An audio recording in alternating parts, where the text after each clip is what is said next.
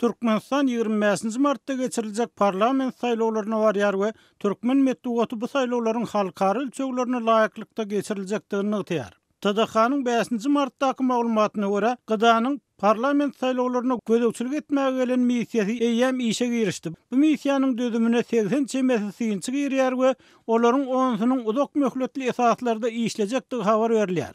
Mundan öň TDH şu ýylyň 24 ýanwaryndan 22 fevralyna çenli aralykda mejlisiň 6-njy çağırylşynyň deputatlarynyň welayet etrap şäher halk maslahatynyň we geňeşleriň agdalarynyň saýlawlaryna dalaşgarlaryň hödürlenendigini habar berdi. Saýlawlarda Demokratik Partiýa bilen bir hatarda senagatçylar we telekeçiler, agrar partiýalar ýaly täze syýasy guramalaryň wekilleri hem dalaşgarlyk edýär. Parlament saýlawlaryna Demokratik Partiýadan hödürlenen kandidatlaryň arasynda Prezident Berdimuhammedowyň ogly Serdar Berdimuhammedow hem bar.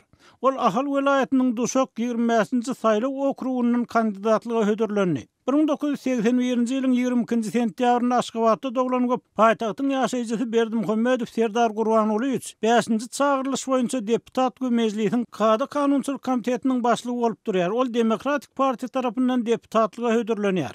Onun garşydaşy bolsa KK-nyň ýaşaýjysy, KK-daky 10-njy orta mekdebiň direktorynyň ornbasary bolup işleýän Ogulzeren Gurduwa diýip türkmen medeniýeti habar berýär. Bellemeler Prezident Berdimuhammedowyň ogly Serdaryň dogry terjemehali Adatlyk radiosyna şol sanyna türkmenistanlaryň giň köpçüligine ilkinji gezek ma'lum bolýar. Sebäbi bu terjemehal 9 martda türkmen gazetlerine, türkmen we urus dillerine çap edildi. Adatlyk radiosu ozal öz seçmeleriniň maglumatlary esasynda Serdaryň wezipe baskanjygynyň ýokary galyş hakynda maglumatlar çap edipdi we olaryny resmi medeniýetde tasdik bolýar. Serdar Berdimuhammedow geçen ýylyň martynda häzirki saýlaw okrugyndan ilkinji gezek deputatlyga saýlandy.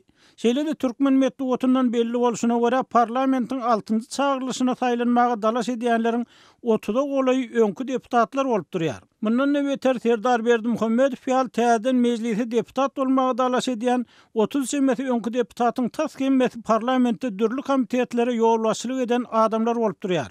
Olaryň arasynda parlamentiň başlygy Akça Nurberdiýewa, başlygyň ornbasary Gülşat Mämmedowa da hem bar. Mundan başga deputatlyga hödürlenýänleriň aglaby köpligini Dem partiýanyň, Agrar partiýanyň, senagatçylar we telekeçiler partiýasynyň, ýaşlar uramasynyň ýolbaşçylary, biznesmenler, edara kährhanalaryň ýolbaşçylary, bilim, saglygy saklaýyş ulgamynyň ýolbaşçylary tutýar.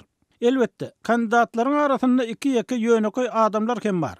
Şeýle-de synçylar kandidatlaryň arasynda odal kandidatlygy hödürlenip deputatlyga saýlanmadyk dalaşgarlaryň, mysal üçin Watan teleprogrammasynyň baş redaktory Nurberdi Dädebaýyň we beýlekleriň hem bardygyny belleýärler. Yerli synçy Aman Murat Bugaýowyň pikirine görä kandidatlaryň saýlaw kampaniýalaryna aýdýan zatlarynyň çen tutulsa, olar ýurtda hiç bir problemi görmeýär we öňkü deputatlar nähili işläni bolsa, şolar ýaly işlejekdiklerini tasdikleýärler. Näçe oğudun söz berselerim, meclis nähili işlän bolsa 5-nji çağırylşyň deputatları. Häzir 6-njy çağırylşyňda şonu ýaly işlejekligini guwatçyda.